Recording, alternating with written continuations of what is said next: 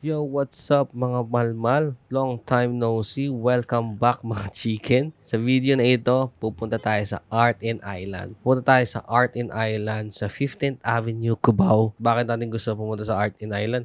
Wala, gusto lang natin pupunta sa Art and Island. Bakit sikat ang Art and Island? Siyempre, kilala to sa mga interactive 3D art, immersive na karanasan, at family-friendly. At saka malapit lang siya. Pwedeng-pwede yung puntahan dito lang sa Cubao. Magkano ang entrance dito sa Art and Island? Sa tingin ko, 900 pesos sa panahong sinut tong video na to. Hindi ko na kasi maalaala. Medyo matagal na tong video na to. Siguro mga 5 months after. Tsaka ko lang siya may edit. Ayan, dito. Dito kakakaliwa. Dito kakakaliwa. Tapos yun na yun, Art and Island na. Pagkakaliwa mo doon ay dapat dire-diretso ka na lang. Nasa bandang kanan siya. Ito na. Ito na yung entrance. Malaki ang parking niya. Merong motorcycle parking. Sa may kaliwa. Dito na ang parking. Bahala na kayo kung saan nyo ang gusto isiksik. Dito ang parking ng mga motor. Tapos dito sa mga side ay yung parking ng mga kotse. Katabi ng parking dito sa may kanan. Dito naman ang entrance. Sa entrance, dito kayo maghuhubad ng sapatos. Isang paalala pala, pag pumunta kayo dito, magdala kayo ng inyong sariling medyas. Dito sa entrance, pagpasok, kailangan nyo na magpalit or tanggalin ang sapatos nyo at mag-medyas lang. Tapos i-deposit nyo yung mga sapatos nyo dito sa may counter, sa may kanan. Tapos na yun, dire-diretso na lang kayo sa loob and enjoy nyo yung paglibot dito sa Art and Island. Kita-kits sa dulo ng video. Maraming salamat.